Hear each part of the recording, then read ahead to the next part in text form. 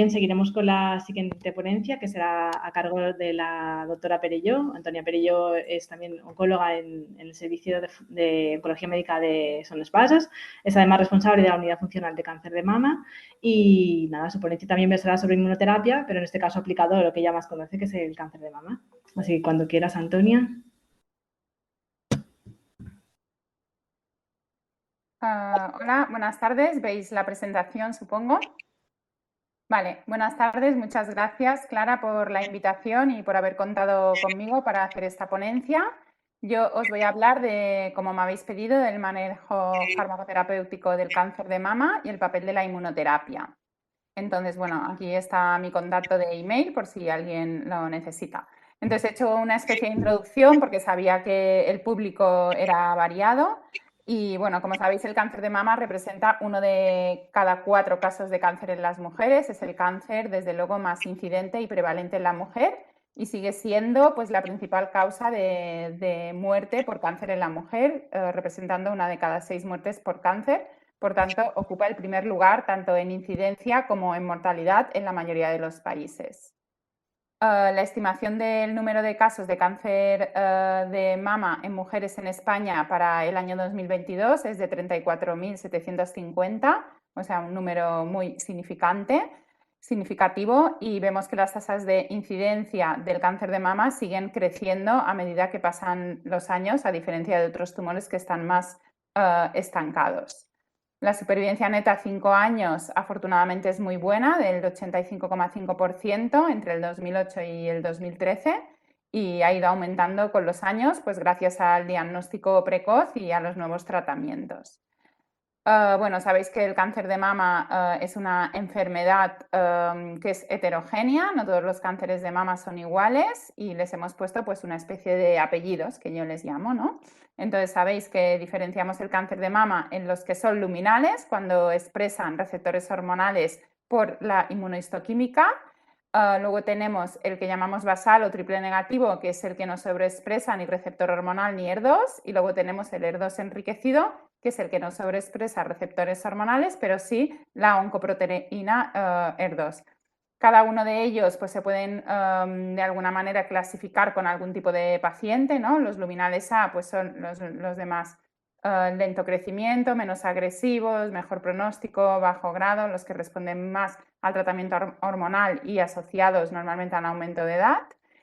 Los basales son más agresivos, normalmente con edades, típico de edades jóvenes, y también pues, más frecuente en pacientes afroamericanas jóvenes. El ER2 enriquecido es el menos común, pero es un subtipo altamente agresivo que solo lo vamos a curar con tratamientos dirigidos contra el ER2 y también suele ser en pacientes jóvenes. Los tipos luminales, como veis, son los más frecuentes, representando pues, prácticamente el 70-80% de los casos. El ER2 enriquecido solamente representa un 13 y un 15%, y el triple negativo es el menos común, entre un 10 y un 20%. Veis que a medida que nos vamos a la enfermedad luminal, el grado es más bajo y el pronóstico más bueno. Y además se caracterizan porque son tumores que suelen ser quimioresistentes y más hormonosensibles, a diferencia pues, de los que no sobreexpresan el receptor hormonal. La mayoría de pacientes de cáncer de mama, diferente de otros tipos de cáncer, los vamos a encontrar de forma localizada y solamente un 11% van a debutar con un estadio 4 de debut, básicamente porque la mama es un órgano externo, entonces es fácilmente ¿no? ver un tumor en la mama, y eso es lo que hace que los diagnostiquemos de forma precoz y evidentemente que su pronóstico sea mejor. Aquí, bueno, pues vemos la diapositiva que demuestra ya desde hace tiempo, pues sabemos que son diferentes los tipos de cáncer de mama y es muy importante saber de cuál hablamos para saber qué tratamiento le vamos a dar, porque el tratamiento es diferente, su pronóstico también. Pero como todo no es tan fácil, pues el cáncer de mama tampoco es una enfermedad estática. O sea, una paciente puede empezar con un cáncer de mama que es luminal, pero a medida que pasa su enfermedad metastásica puede convertirse en otro subtipo por inmunohistoquímica. Ya no hablo de subtipos intrínsecos, que evidentemente también. Entonces eso hace que sea muy importante cada vez que la paciente nos progresa, pues muy importante pues hacer una biopsia para conocer en qué situación nos estamos tratando para elegir el mejor tratamiento en cada momento. Bueno, para elegir el tratamiento, pues como también ya ha comentado mi compañero Aitor, pues es muy importante hacerlo siempre con grupo multidisciplinar y teniendo en cuenta pues múltiples puntos que tenemos que tener en cuenta, ya no solamente a nivel del apellido, ¿no?, del tumor, la expresión de receptores SIR2. Sabéis que también es importante en algún grupo de pacientes ver si tienen mutación BRCA, porque tenemos tratamientos dirigidos para estas pacientes. Desde luego, en el triple negativo, y ahora explicaré por qué, es muy importante conocer el PDL1 y en las pacientes luminales ER2 negativas el PI3K. En algunas pacientes pues, es muy importante pues, conocer, hacerles un consejo genético y siempre pues, tener en cuenta pues, sus comorbilidades, su riesgo cardíaco, evaluar, ¿no?, que ya hemos tenido una charla también de este tipo a las pacientes geriátricas, y con todo eso, con todos estos factores y conjuntamente siempre con la paciente, decidir cuál es el mejor tratamiento para ella en cada momento y en cada escenario de progresión de enfermedad. La supervivencia global de las pacientes no es igual para todas, sino que depende del subtipo de tumor, y en los últimos años, y gracias a los avances que ha habido en el subtipo ER2, como sabéis, pues hemos conseguido aumentos muy importantes de supervivencia global, siendo actualmente el grupo que tiene mejor supervivencia en enfermedad metastásica, seguido del luminal, y el subtipo triple negativo pues sigue teniendo una supervivencia global bastante pobre, que es de 17 meses. No todas las pacientes las vamos a tratar igual, pero sí que es verdad que tenemos guías clínicas que nos orientan cómo debemos tratar a cada una de las pacientes.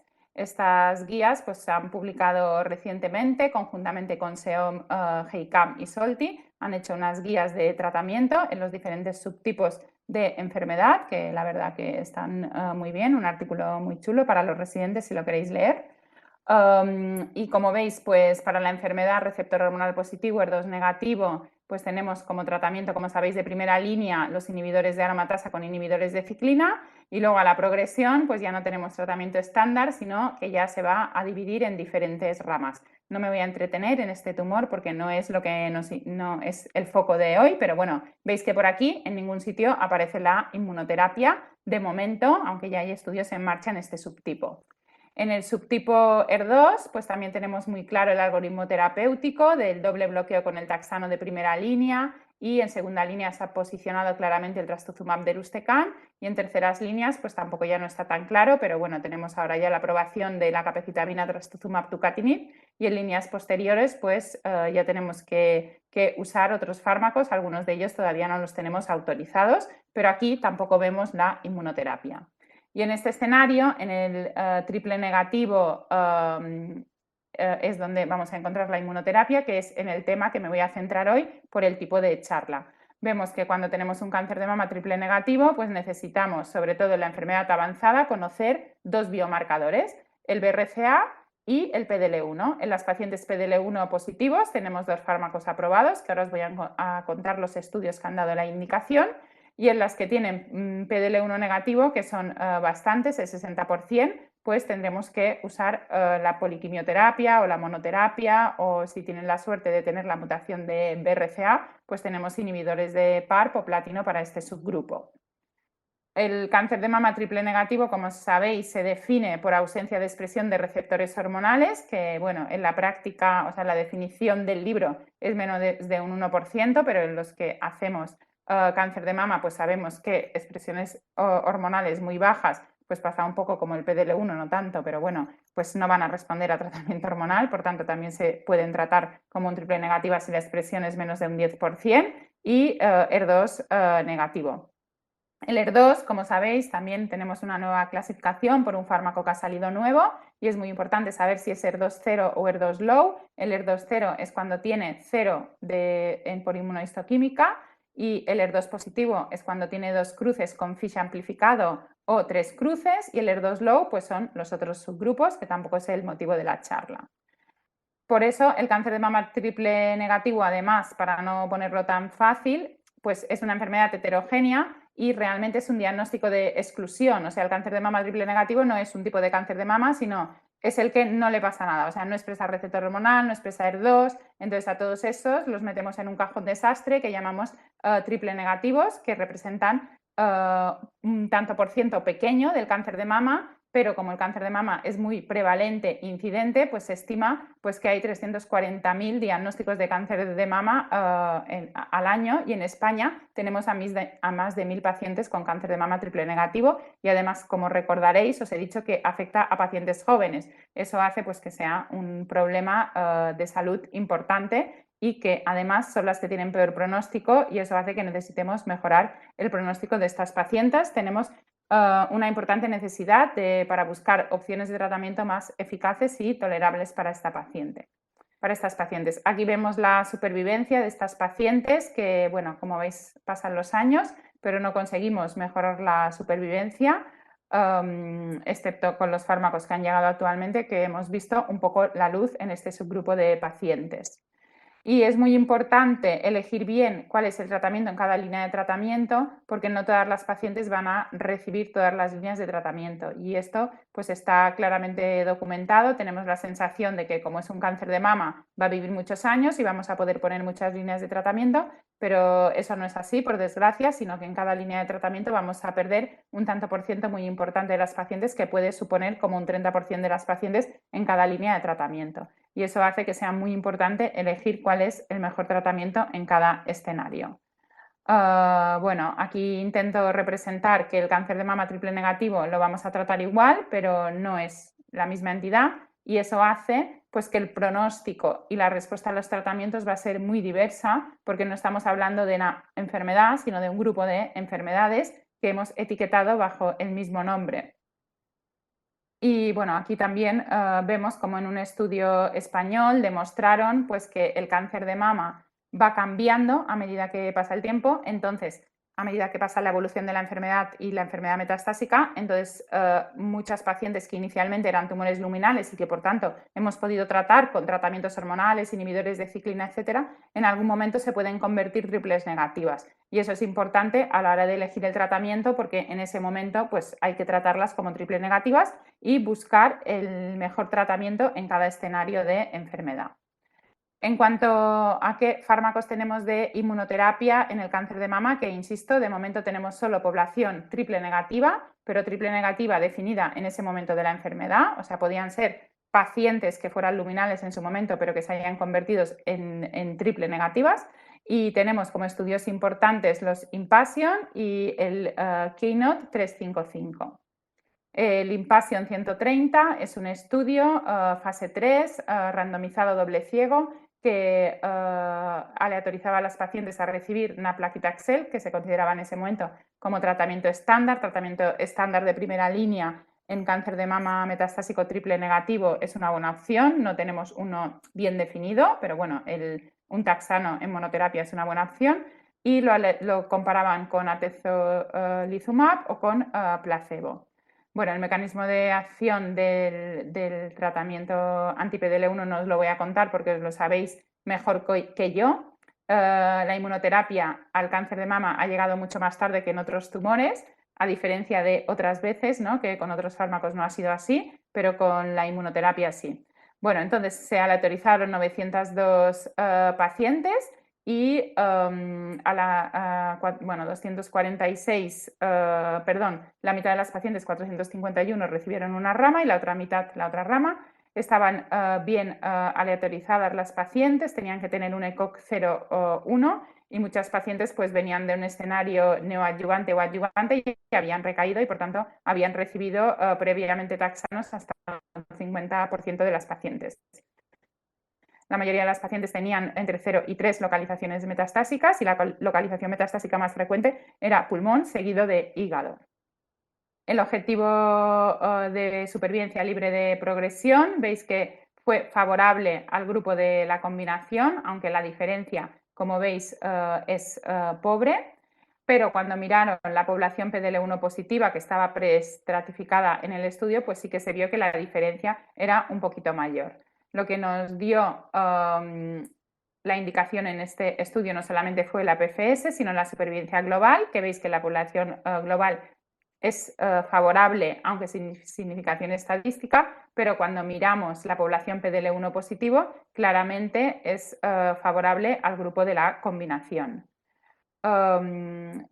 Otros objetivos como tasa de respuesta, pues vemos que claramente la población PDL1 positivo tenía más respuestas con la combinación que con la quimioterapia sola.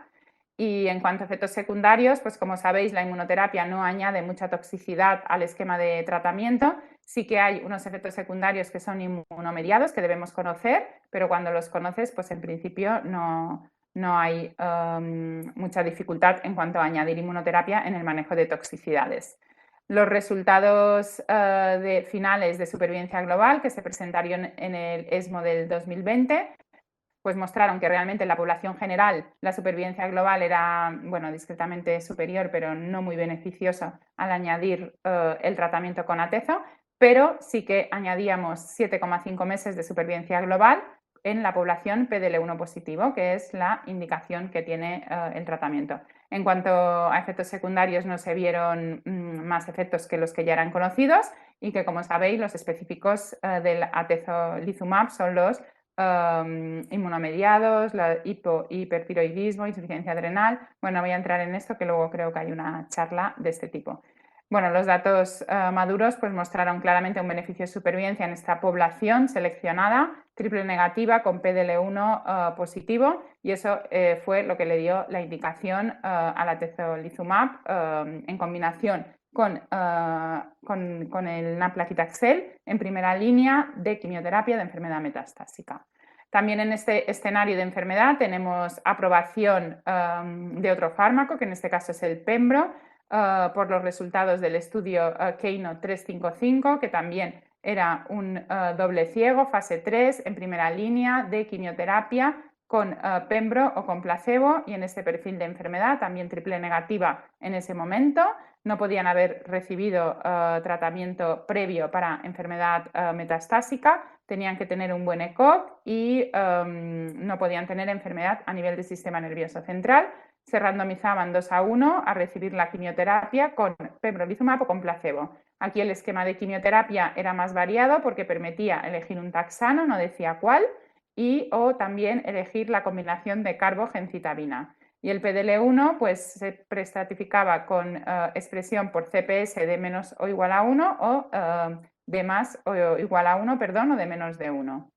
Los objetivos primarios eran supervivencia libre de progresión y supervivencia global en la población PDL1 positiva. Grupos bien balanceados, vemos que pues, población con PDL1 de más de 1 era muy importante, 75% de la población, y los esquemas, el esquema de quimio preferido por los investigadores fue la combinación de carbo-gem. Aquí tenemos los datos de supervivencia global en la población PDL1 positivo, claramente favorables al grupo de la combinación, con una P estadísticamente significativa, y aquí vemos en la población de más de 1. Esto es la población con intención de tratar, que incluía a toda la población, que aquí vemos que el beneficio no es tan bueno porque solo beneficiaba pues, a los de más de 1. Luego, en una presentación de San Antonio se intentó ver si el gradiente de 1 a 9 había cambios, pero vemos que no, que la población que se beneficia es la que tiene más de 10 y que evidentemente, como ha dicho Sefa antes, pues a más expresión de PDL1, más beneficio y también más respuesta a la quimioterapia, que eso también lo hemos visto en los estudios de neoadyuvancia. Vemos que se beneficia prácticamente a toda la población, menos a aquella que tenían un intervalo libre de enfermedad metastásica muy corto. Este era un grupo poco representado, pero evidentemente aquella paciente que te progresa muy rápido de una neoadyuvancia o adyuvancia, pues es una paciente de mal pronóstico, y la inmunoterapia pues aquí no ha podido demostrar su beneficio. Y aquí vemos las curvas con los diferentes CPS, y pues vemos que claramente la que se beneficia es la de más de 10 o igual a 10. La de CPS de más de 1 hay un beneficio, pero no claramente tan favorable. Las tasas de respuesta pues también vemos favorables, sobre todo en el grupo de CPS de más o igual a 10.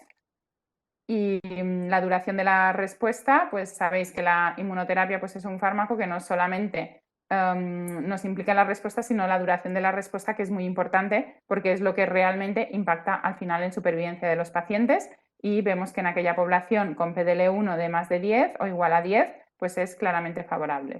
Aquí tenemos los efectos secundarios, que son pues los que ya conocemos, no mucho más por llevar inmunoterapia, y solamente pues los que ya conocemos de hipo o hipertiroidismo. Hubo un porcentaje pequeño de neumonitis y colitis y reacciones cutáneas.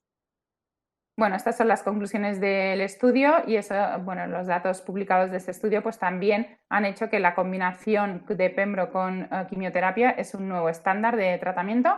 Lo tenemos aprobado y financiado y pasada la comisión también de la Comisión Balear. Y bueno, otro escenario donde todavía no tenemos tanta evidencia, pero que también ya aparecen resultados, es en el escenario neoadyuvante.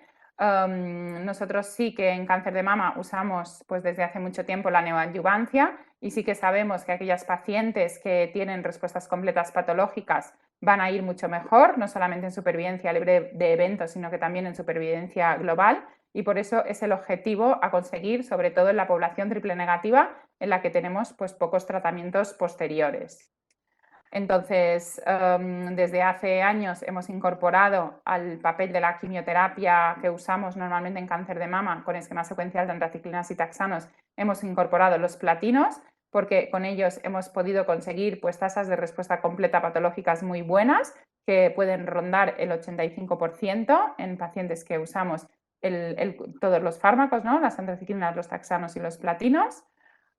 Pero sabemos que la inmunoterapia nos puede ayudar a aumentar estas respuestas, y de aquí pues también se ha testado el papel de la inmunoterapia en escenarios localizados con estos estudios, el KEYNOTE 522 y el IMPASSION. Aquí los objetivos primarios eran la PCR, y en el KEYNOTE 522 también se miró la supervivencia libre de eventos. En los dos estudios se demostró un aumento de PCR que ronda más o menos el 13,6%, con 64,8% en la rama del tratamiento de quimio más inmunoterapia, en comparación con 51% en la rama solamente de quimioterapia. Y en el IMPASSION 031 también se vio una diferencia favorable a añadir inmunoterapia. Si miramos la población con ganglios positivos o negativos, pues todos se benefician. Evidentemente, la población con ganglios positivos se beneficia más de añadir la inmuno, pero con ganglios negativos también se beneficia, y conseguimos PCRs muy buenas. Y cuando miramos el PDL1, pues vemos que realmente aquellas pacientes con PDL1 positivos no solamente van a responder más a la inmuno, sino que a lo que responden más en este estudio es a la quimioterapia. Fijaros que conseguimos respuestas de quimioterapia sola de un 55% en el grupo de la combinación y un 68,9% cuando les añadimos la inmunoterapia. Pero insisto que, o sea, el hecho de tener el PDL1 positivo lo que te indica es que es una paciente que te va a responder más al tratamiento de quimio, y bueno, si añades la inmuno también, pero sobre todo también de quimioterapia. Este estudio fase 3 del KEYNOTE 522, que miraba no solamente la PCR, sino que también miraba la PFS, es el estudio que nos han dado indicación también por EMA en este escenario. Y bueno, os lo detallo aquí con un poco más de detalle. Tenían que ser pacientes de más de 18 años que tuvieran un cáncer de mama triple negativo, eran estadios 2 o 3, tenían que ser o axila positiva o al menos un T2, con ECOG 0 u 1, y miraban PDL1, aunque veréis que impacta en los dos grupos y por tanto se da independientemente del PDL1. Se autorizaban 2 a 1 a recibir el esquema de quimioterapia que se considera estándar en estas pacientes, que es carbotaxol seguido de doxorubicina o epirubicina con ciclofosfamida, con pembrolizumab o con placebo. Las operaban y luego se continuaba el esquema de pembro o placebo hasta completar el año de tratamiento. No tenemos una rama sin pembro adyuvante. Entonces, el objetivo del estudio era PCR y supervivencia libre de eventos, como hemos dicho, y aquí tenemos los datos de PCR que ya habíamos comentado y los datos de supervivencia libre de evento. estadísticamente significativos para el grupo de la combinación. El impacto en supervivencia libre de evento se va añadiendo a medida que pasa el tiempo. Vemos la rama de combinación 84,5% en comparación con 78,5%. Y vemos que se benefician todos los subgrupos y también, independientemente de la edad, beneficiamos a todos los pacientes con axila positiva o negativa. Y un dato pues muy curioso, que no tenemos la explicación porque nos falta una rama, pero aquellas pacientes que no consiguen PCR, bueno, eso ya lo sabíamos, las que consiguen PCR van a ir muy bien, independientemente de que hayan llevado inmuno o no, pero las que no consigan PCR, la rama que sigue con la inmuno o la lleva de antes, eso no lo sabemos, pues tenemos que van a recaer menos que aquellas que no llevan la inmunoterapia. Y este hecho pues es significativo. Y también va acorde con como que la inmunoterapia continúa haciendo efecto una vez que hemos dejado de utilizarla. Los datos de supervivencia global todavía no son maduros para tener significación estadística, pero ya se ve la tendencia de las curvas. Y en cuanto al perfil de toxicidad, pues nada nuevo a la que ya sabíamos.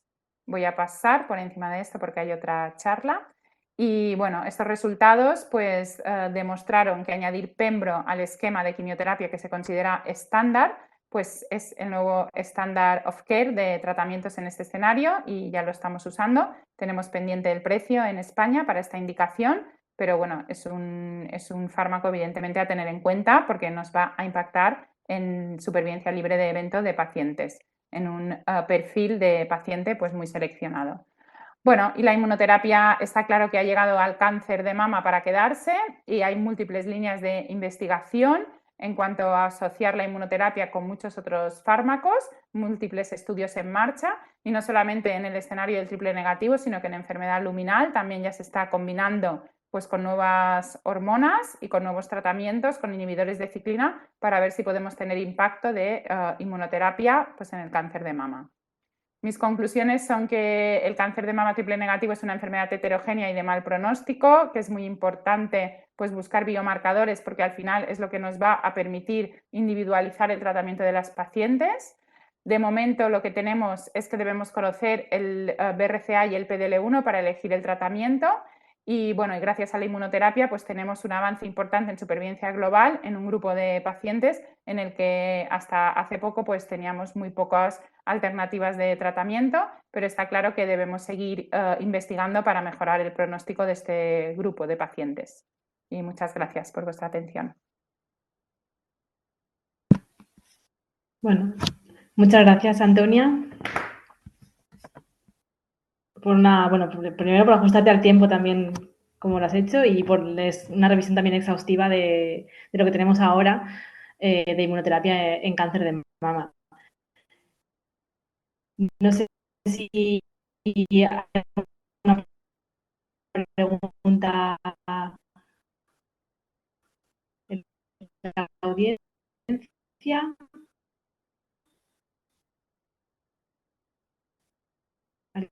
¿Se anima?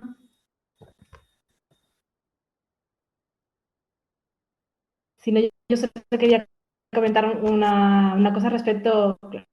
Claro, tenemos dos opciones en metastásica, atezolizumab y pembrolizumab, positivo, sí, pero tan claro, el programa de riesgo, un poco de riesgo compartido, seguimiento con Valtermet, ¿no? Sí, es que te oigo un poco entrecortada, Clara. No sé si solo me pasa a mí o le está pasando a todo el mundo. Yo pensaba que era yo, es Clara. Vale. No sé por qué. A Vale. ver, pues, ¿mejor ahora? Y la pregunta, sí. A ver, la pregunta ¿cuál era? ¿Tenemos dos fármacos en enfermedad metastásica? Sí. No era pregunta concretamente, sino un comentario acerca de la diferencia entre, bueno, que tenemos atezolizumab y pembrolizumab, los dos aprobados y financiados, lo que uno con un seguimiento específico a través de Valtermet, que es atezolizumab, para que también la gente que igual no sepa, no lo supiera, los residentes y eso, pues también lo sepan, ¿no? Claro, esta es una duda que también nosotros nos planteamos cuando tenemos una paciente, porque sabéis que el biomarcador para mirar el PDL1 es diferente del atezo y el pembro.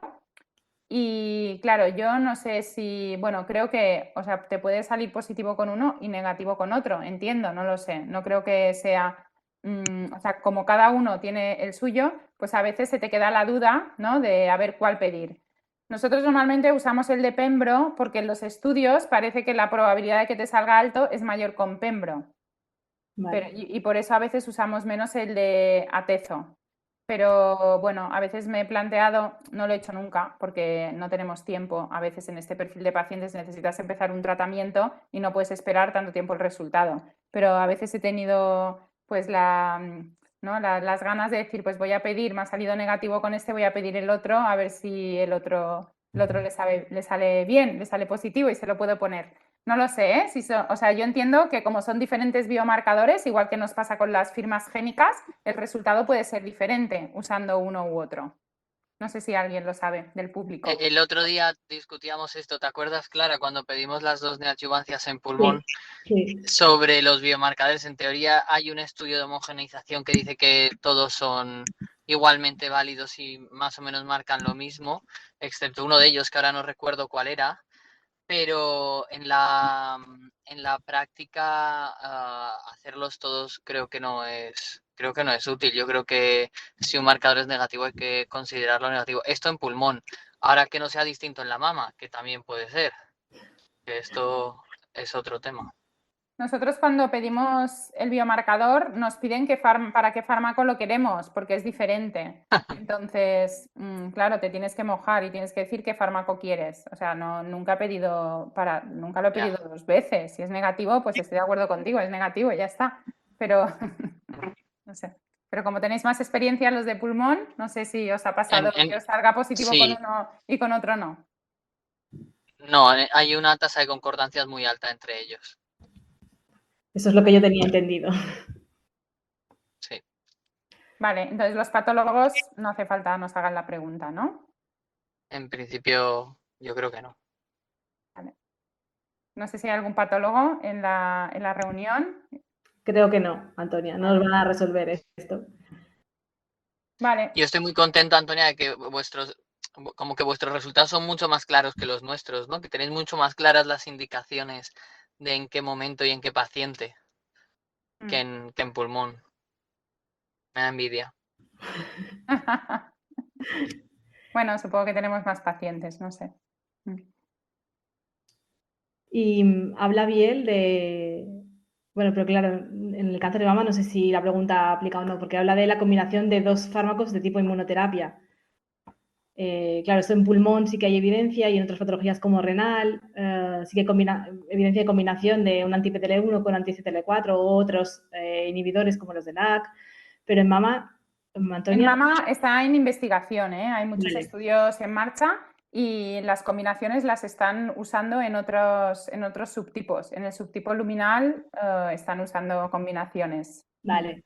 Pero todavía está en investigación, no tenemos respuestas. Están en fases muy iniciales. Claro, y lo que preguntaba Biel era si es posible que la combinación de una inmunoterapia se considere un estándar versus una quimio. Y esto en pulmón sí que ha pasado en alguna... ¿no? Bueno, esto... Sí, en pulmón y incluso en renal también, En pero renal, en mama exacto. no creo. En mama, bueno, no tenemos, o sea, con doble inmunoterapia de momento no tenemos nada, pero sí que tenemos, pues con anti-ER2, sí que tenemos algún subtipo de paciente que seguramente lo vamos a tratar con un doblete de anti-ER2 y no va a necesitar quimioterapia. Eso sí que está bastante cerca, pero para lo otro creo que queda más tiempo. Exacto.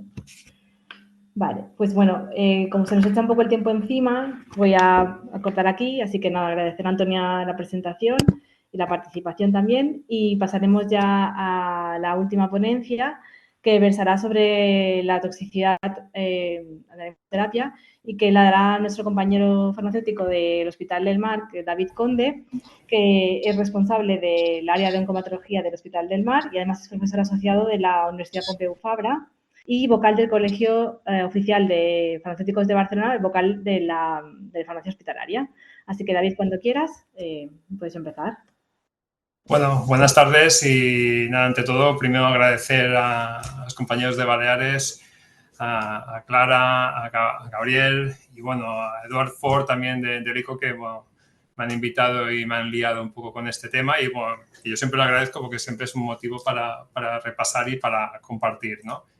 Y mientras tanto, hablando de compartir, voy a intentar compartir también la pantalla. Yo supongo que lo mejor es compartir toda la pantalla. Y a ver si es verdad, pues no me deja compartir toda la pantalla, pues comparto ventana. Creo que lo podéis ver, quizás. Sí, vemos la pantalla ya. De acuerdo, pues sin más dilación, pues pasaré a la sesión, que es un tema bastante amplio y bastante importante, ¿no? Que, bueno, ya no es nada nuevo, el tema de la inmunoterapia, que ya se ha estado hablando durante esta tarde. Este es un poco el outline que tengo preparado para estos David, aproximadamente. Disculpa, creo que no estás compartiendo la presentación, solo, o sea, podemos la pantalla PowerPoint, pero no una presentación como presentación.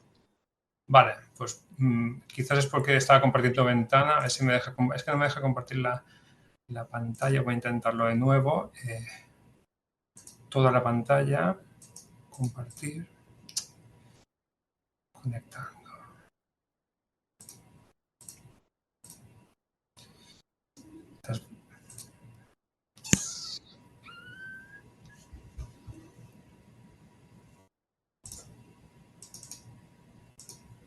Ahora, yo creo que ahora sí que puede ser que si comparto.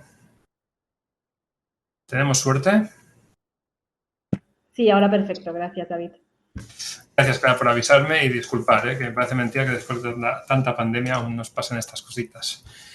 Entonces, pasamos a... Yo me centraré sobre todo en los inhibidores de punto de control inmunológico, que son los que tenemos bueno, mayor uso y ese que también utilizo yo en mi hospital. Y como sabéis, tenemos estas dos grandes familias, inhibidores de CTLA4 y inhibidores de el axis PD1, PDL1, en el cual pues, han ido apareciendo. Los primeros que apareció fue ipilimumab, ¿no? Con los estudios en melanoma, y pues rápidamente, pues viendo el beneficio, pues ha ido la cosa aumentando.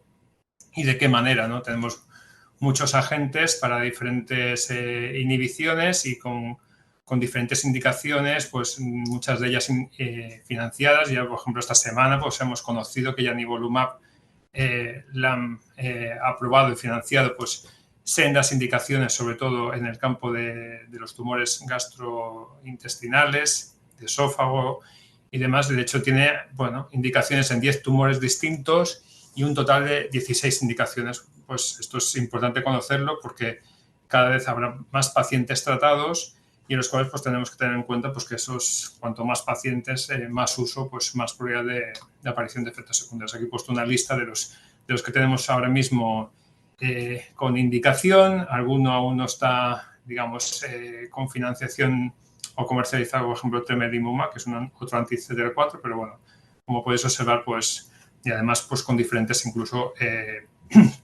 combinaciones, pues, como comentaban previamente, pues con 2 inmunoterapias, incluso 2 inmunoterapias y quimioterapia, pues de manera secuencial. Y para saber el manejo, pues lo primero que tenemos que saber es qué mecanismos están involucrados en la aparición de los efectos secundarios. Y esto, por desgracia, pues aún no lo sabemos con mucho detenimiento. Sí que tenemos pues evidencias, ¿no? Que hay un aumento de la actividad de linfocitos T, que puede actuar no solo en los tumores, sino en los tejidos sanos, o que puede haber un aumento de autoanticuerpos que ya estaban presentes en el paciente, o evidentemente, que esto es lo que quizás más conocemos, que nos sirve también como caballo de tratamiento, de manejo de la toxicidad, como son el aumento de citoquinas, o incluso lo que sería el aumento la interacción con los diferentes factores de complemento en la inmunidad. ¿Y qué características tienen esta toxicidad? Pues una toxicidad que le llamamos toxicidad inmunomediada, que potencialmente pues, puede afectar a casi cualquier órgano del cuerpo. Aquí no es tan importante el número de efectos secundarios, sino la diversidad de estos efectos secundarios. Sí que es verdad que la gran mayoría pues, suelen afectar, pues, como ya todos conocéis, a la toxicidad cutánea, que es además la primera que suele aparecer, toxicidad hepática, toxicidad relacionada pues, con la colitis o con el sistema endocrino, pues, sobre todo con el tema de la tiroides. Puede aparecer en cualquier momento el tratamiento prolongado no comporta un aumento de la incidencia, y el riesgo a largo plazo, pues hasta ahora no se sabía mucho, pero ya empezamos a tener algún conocimiento. Aquí, por ejemplo, os muestro una publicación en la cual pues, se empiezan a describir efectos secundarios tras el stop del tratamiento inmunoterápico, y como pueden observar, pues puede aparecer en cualquier momento. Sí que es verdad que parece que hay una tendencia a que aparezcan más colitis. En este caso estamos ante un análisis de fármacos anti-PD1. Y sí que es verdad que esto lo tenemos muy claro ya desde el principio, es que el perfil de efectos secundarios es tremendamente diferente a lo que tenemos o lo que teníamos hasta como tratamiento de base, aunque sigue siendo la base del tratamiento oncológico, que es la quimioterapia, menos efectos secundarios graves y menos efectos secundarios que comporten discontinuación de tratamiento o muertes. En esta diapositiva podemos observar que el perfil de los efectos secundarios es diferente si estamos hablando de, sobre todo, anti-CTLA4 y anti-PD1 y anti-PD1. Como pueden observar, los efectos secundarios son mayores con la familia de los anti-CTLA4. En este caso tenemos disponible ipilimumab, pero bueno, también tenemos disponible tremelimumab, sobre todo de momento en ensayos clínicos.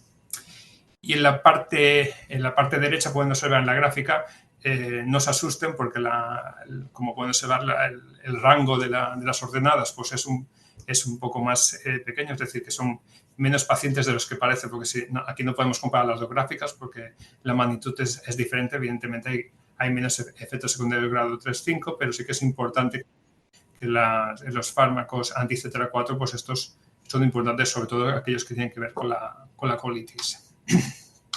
Aquí otro metaanálisis en el cual pues compara, no voy a insistir en lo mismo, pero la diferente toxicidad en cuanto cito lo que es la quimioterapia y la inmunoterapia. No me entretengo mucho más. Queda claro que los anti-CTLA4 son más tóxicos. Las combinaciones de inmunoterapia son más tóxicas que la inmunoterapia. Esto ya también nos queda claro. Y parece ser que, ¿no?, recientemente que se han ido probando las flat dose en los diferentes fármacos inmunoterápicos, teníamos un poco la preocupación de si aumentando la dosis, sobre todo que estas flat dose involucran a los anti-PD1 o anti-PDL1, pues no implican una mayor ocurrencia de efectos secundarios. Aquí un poco con números, no quiero insistir sobre lo mismo, pero bueno, una cosa que quiero llamar la atención es que el porcentaje de muertes tóxicas es muy, muy pequeño con los inhibidores de punto de control inmunológico. Sí que es verdad que con la quimioterapia hace que sean similares, pero el rango es mucho más amplio. Las causas son diferentes, las causas relacionadas con anti-PD1, anti-PD1 pues están más relacionadas con la neumonitis. En cambio, con el inhibidor de CTLA4 pues parece que está relacionado pues más con la toxicidad cardíaca, a diferencia con la quimioterapia, que es sobre todo causa infecciosa. Una cosa que nos ha traído también la inmunoterapia, que tampoco me voy a entretener mucho más, es que hay un mejor control de los síntomas y la calidad de vida de los pacientes. Y esto va también un poco a colación con la primera charla con el tema de los PROMs, y es una cosa que yo creo que esto también es un beneficio que se tiene que tener en cuenta. Entonces, principalmente para el manejo, lo primero que tenemos que tener en cuenta, pues, ¿qué factores de riesgo puede haber para los efectos secundarios? Pues esto tenemos poca información. Sí que es verdad que en la enfermedad autoinmune previa, pues es un factor de riesgo de efectos secundarios, sobre todo si la enfermedad autoinmune no está controlada, aunque parece que si la enfermedad autoinmune está controlada y pues no, bueno, está controlada con su tratamiento y demás, pues parece ser que es seguro en ocasiones y ya se está generando evidencia. Tener en cuenta que los ensayos clínicos, estos pacientes con enfermedad autoinmune están excluidos, por lo cual la evidencia que tenemos se está generando pues, con los datos en vida real. Parece ser que la dosis, en este caso solo con los inhibidores de CTLA4, con el ipilimumab, está relacionada con la toxicidad, y de hecho esto se ha visto en las nuevas aprobaciones de indicaciones con ipilimumab, que se ha aprobado con dosis más bajas y dados a unas posologías más amplias, el tipo de inhibidor que hemos comentado antes y la combinación.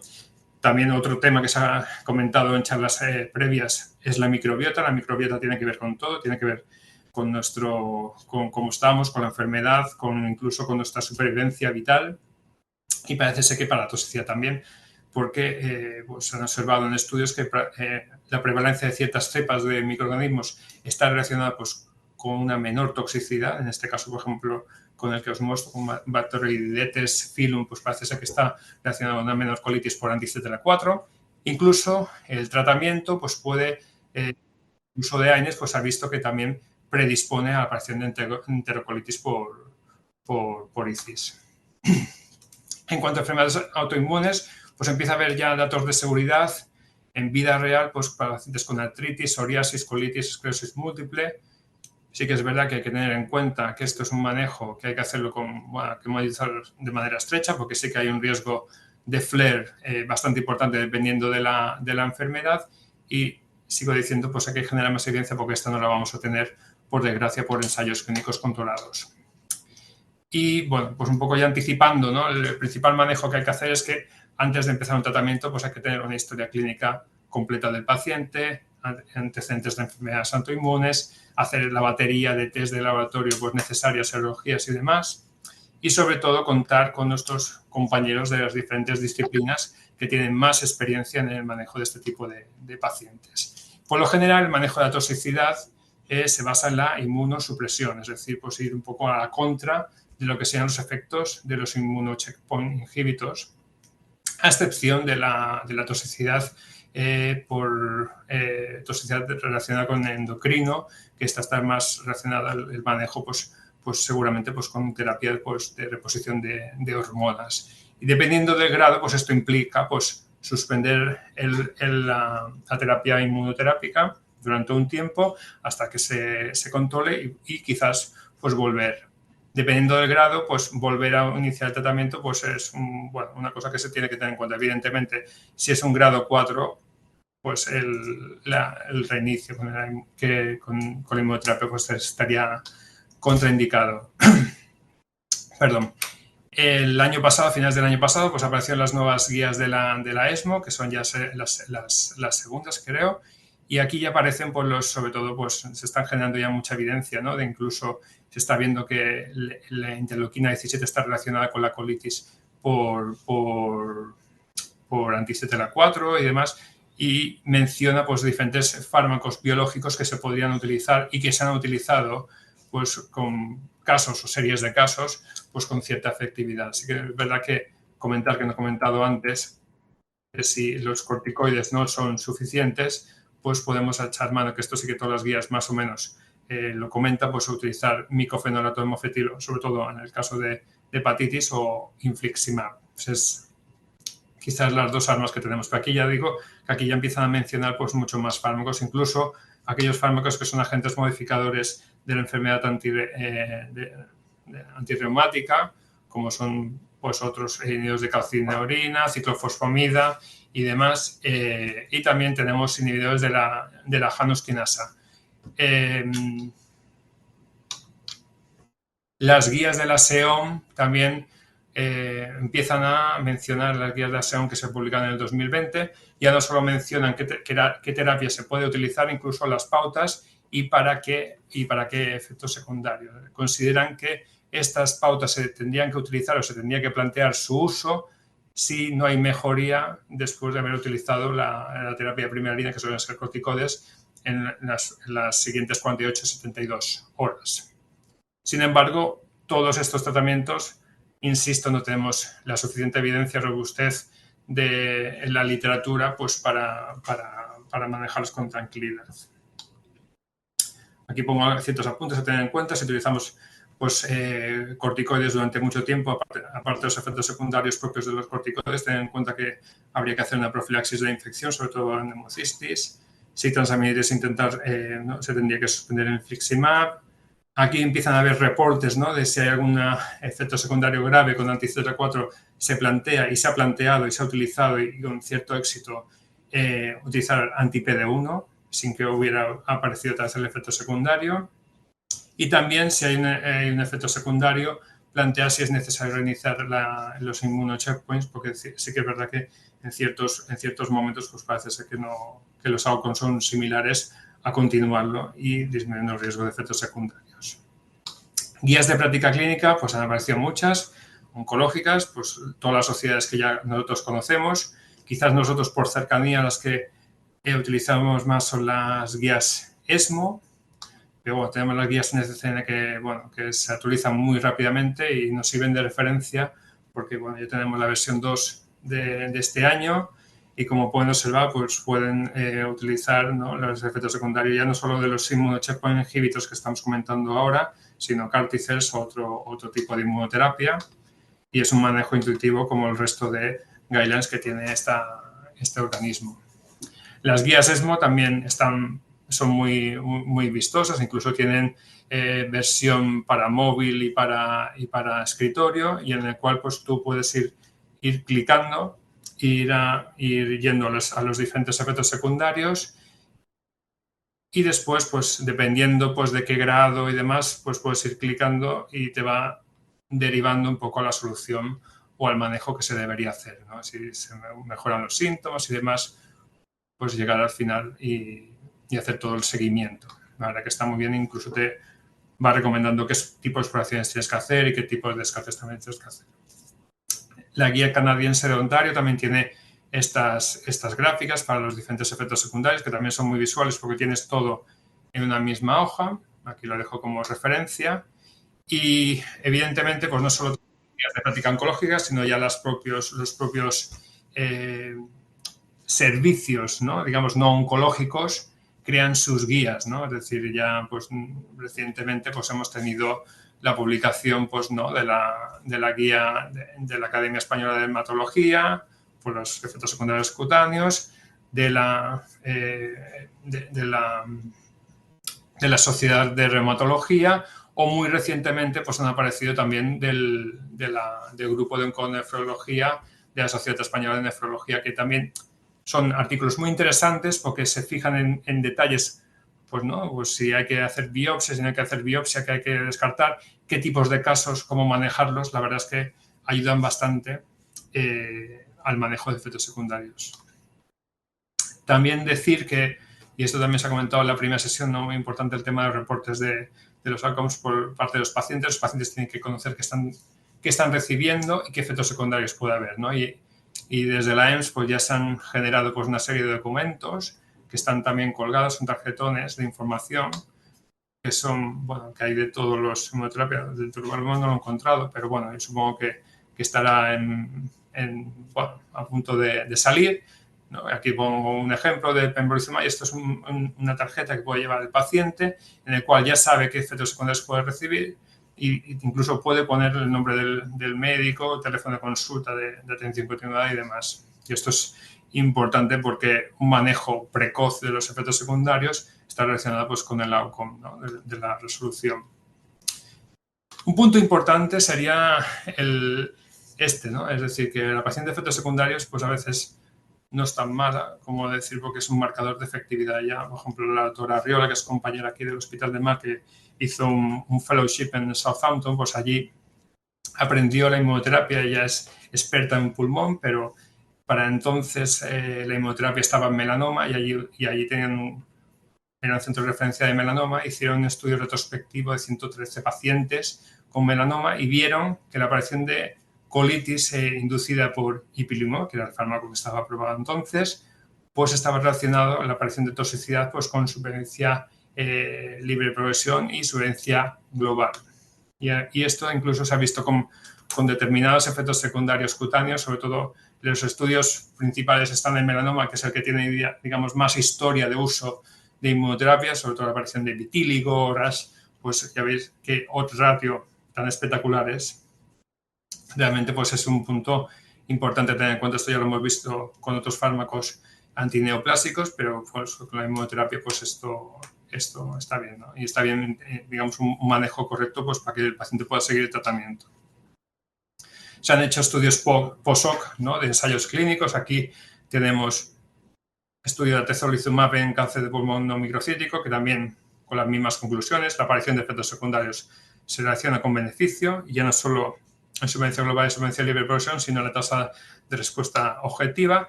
Y nosotros quisimos también, en nuestra serie, digamos, de esta corta, ¿no?, y modesta serie de pacientes con inmunoterapia, en este caso, claro, para coger digamos, mucho volumen de pacientes, teníamos que coger la indicación que teníamos en cáncer de pulmón no microcítico en segunda línea, que teníamos los fármacos que ahora esto ya ha quedado desfasado, ¿no? Pero ha quedado la atezolizumab, pembrolizumab y nivolumab, y vimos que los efectos secundarios, la aparición de efectos secundarios, efectivamente había más supervivencia libre de progresión y también había más supervivencia global, ajustando también por otros factores como son la edad y el sexo. Y ya finalizando, pues quería llamar la atención, ¿no? Con la sesión anterior, pues todo lo que viene ahora, ¿no? Es decir, la inmunoterapia es buena, tenemos resultados positivos, pero no tenemos resultados óptimos en todos los pacientes. Entonces, lo que se está buscando es generar aproximaciones terapéuticas que busquen superar esta resistencia o estos fallos, ¿no? La inmunoterapia pues funciona bien pues, en ciertos pacientes, pero no en todos, ¿no? Entonces, se están probando pues, combinaciones, no solo combinaciones de inmuno-inmuno, sino combinaciones de inmuno-quimio, inmuno con terapia dirigida. Y esto, efectivamente, lo que nos va a generar pues, también es pues, vigilar más con el tema de la toxicidad, porque sí que es verdad que muchas veces la toxicidad pues, no es superponible, pues sí que hay que ir con ojo, pues, porque pueden aparecer más tipos de toxicidad. De hecho, incluso se han probado ipilimumab pues, con fármacos como inhibidores del MAP quinasa y se ha visto que son contraindicados porque la toxicidad supera, digamos, el balance riesgo-beneficio. Y ya para finalizar y para poder dar tiempo a las preguntas y ya finalizando, digamos, esta jornada, pues dejo mis conclusiones, pues que la toxicidad inmunomediada pues queda claro que es diferente a la quimioterapia tradicional, parece ser que es leve, pero potencialmente puede ser grave. El enfoque del manejo es multidisciplinar, obviamente, evidentemente. La inmunosupresión es abordaje general exceptuando la toxicidad endocrinológica. En pacientes seleccionados con enfermedades autoinmunes pues se podría plantear, y de hecho ya lo hacemos, el tratamiento con inmunoterapia, con una monitorización estrecha. Los efectos secundarios por inmuno checkpoint inhibitors pues parece ser que es un marcador de efectividad, y los nuevos combos pues requieren una monitorización más estrecha por riesgo de efectos secundarios. Y muchas gracias.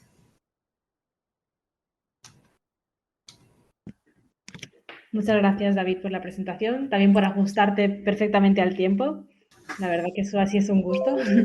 Todos los ponentes se han ajustado muy bien al tiempo. Y creo que ya hay una pregunta por el chat. Lo digo por si luego alguien más quiere hacer alguna pregunta, que levante la mano, y si no, pues eso, Eduard Ford, que es compañero del ICO, preguntaba sobre otros factores de riesgo, como podría ser el sexo, pero a mí también se me ocurre otros factores que se han planteado, como podría ser el uso de otros fármacos, antibióticos, IVPs, ¿no? Que se dice a veces que podrían influir o no en la eficacia. ¿Sabes algo más esto, David? Sí, a ver, por partes, ¿no? Empiezo por el sexo, quizás es que no me he metido en tantos detalles porque tampoco tenía mucho tiempo. Ya. Bueno, muy pertinente la pregunta, como siempre, yo veo que la asistencia es de nivel también. Y sí que es verdad que nosotros, de hecho, lo he comentado muy rápidamente, pero en nuestra recogida de datos incluso ajustamos por sexo, por ver si era un sesgo el sexo a la hora de tener nuestras conclusiones, y salían los mismos resultados en cuanto a lo que sería la efectividad con la aparición de los efectos secundarios. Claro, lo de las dosis no está claro con anti-PD1, PD1, ya se ha visto que para el manejo de la toxicidad el tema de reducir dosis no se recomienda. Sí que quizás con el ipilimumab, que esto sí que se ha quedado bastante claro, que la toxicidad es dosis dependiente, ¿no? Y de hecho, ya digo, antes la aprobación con melanoma eran 3 miligramos kilo, ahora las aprobaciones con combinación con nivolumab pues se suele hacer con 1 miligramo kilo. Quizás pues sería plausible plantear dosis diferentes, pero para hacer esto pues tendríamos que generar evidencia irrefutable, ¿no? Digamos, para considerar esto, ¿no? Y evidentemente ya no solo es el sexo, sino tenemos varios factores, como bien comentabas, ¿no? Incluso la propia farmacología ha comentado que los AINES pues, pueden dar lugar a más colitis, ¿no? con anti-CTLA-4. Y ya no me meto con el tema de efectividad, que sí que recientemente pues eso se ha visto, ¿no? Los de bomba de protones pues impactan en supervivencia. De hecho, en esta serie yo no lo he mostrado, pero sí que teníamos una tendencia, aunque como no teníamos tantos pacientes, no se veía reflejado, digamos, en diferencias significativas, pero sí que parece ser que el uso de omeprazol pues impacta en la efectividad del fármaco. Otra cosa sería ver también la microbiota intestinal, que hemos comentado previamente. Mira qué cepas son predominantes en los pacientes, sobre todo las cepas relacionadas con el género bacteroides, pues parece ser que tienen un impacto tanto en la efectividad como en la toxicidad. Y el uso de antibióticos, el uso de inmunosupresores de manera prolongada también tienen impacto. O sea, de hecho, tendríamos que hacer como un algoritmo o un panel, ¿no? Que hacemos tantos penales de NGE, pues aquí tenemos que hacer un panel fármaco versus características, ¿no? de los pacientes. La verdad que es un tema apasionante. Yo creo que sabemos muy poco y, claro, ahora con las combinaciones pues se va a complicar un poco más todo, ¿no? Pero bueno, hay mucha investigación importante. No sé si contesto a la pregunta, pero o genero más preguntas. Sí, perfectamente. Aitor creo que tiene una pregunta también. Sí, hola. Yo quería preguntarte si sabías si había alguna herramienta que nos permita identificar de antemano o por lo menos tener una proporción de probabilidad de los pacientes que puedan estar más predispuestos a tener toxicidad a los inmunoterápicos, tipo escalas o así. Súper buena pregunta también, muy pertinente. No la conozco. Sí que es verdad que, bueno, lo que comentaba, ¿no? Sobre todo al principio de iniciar tratamiento con quimioterapia, pues se tiene en cuenta, ¿no? Hacer una historia clínica, historia de enfermedades autoinmunes, historia de tratamientos previos, serologías, ¿no? Eso hay que tenerlo, digamos, de base.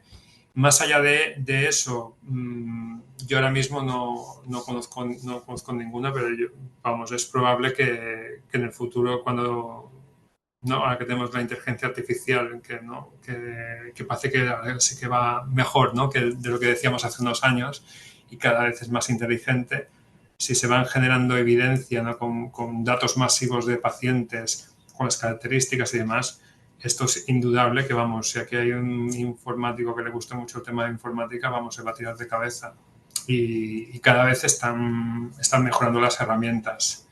Yo creo que con eso próximamente se podría generar. Aquí el problema, lo que comentaba antes, que están cambiando tan rápidamente los esquemas, ¿no? y la evidencia, que todo pasa a primera línea con combinaciones y demás, que, bueno, nosotros el estudio que hicimos era con inmunoterapia en monoterapia, para que fuera lo más limpio posible y ver que las reacciones directamente a la inmunoterapia. Si estás utilizando un combo que implica terapia dirigida o que implica quimioterapia, al final no sabes a qué estás relacionando, digamos, las características y el outcome, ¿no? del tratamiento.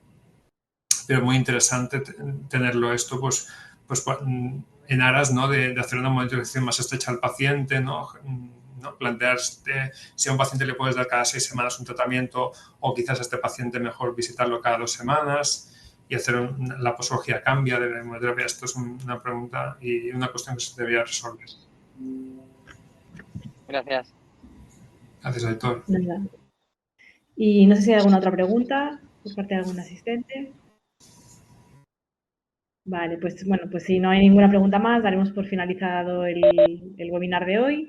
Muchas gracias a todos los participantes, los ponentes sobre todo, por el esfuerzo que habéis hecho en sintetizar temas muy amplios en poquito tiempo y en la capacidad que tenéis para transmitir los conocimientos que tenéis. Y bueno, y a los organizadores, FADUPEIP y los colaboradores por permitir esta jornada. Así que nada, muchas gracias a todos. Muchas gracias, Clara. Disculpen un segundo. Gracias. Hola. Me han pedido desde la filial que os muestre el vídeo de Janssen, que antes no han podido ver bien. Os lo paso a un segundito. Vale, Okay. Muy rápido.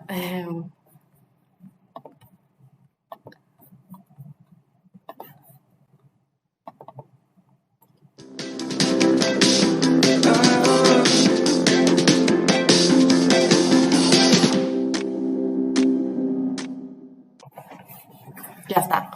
Vale, y como recordaba Biel, bueno, que la semana que viene tenemos una segunda parte de estas jornadas dedicadas a oncomato, en la que se tratarán otros temas también diversos, como la leucemia linfática crónica, el cáncer de próstata o los inhibidores de PARP en ovario. Así que también os animo a asistir si os apetece el lunes que viene. Nada, adiós.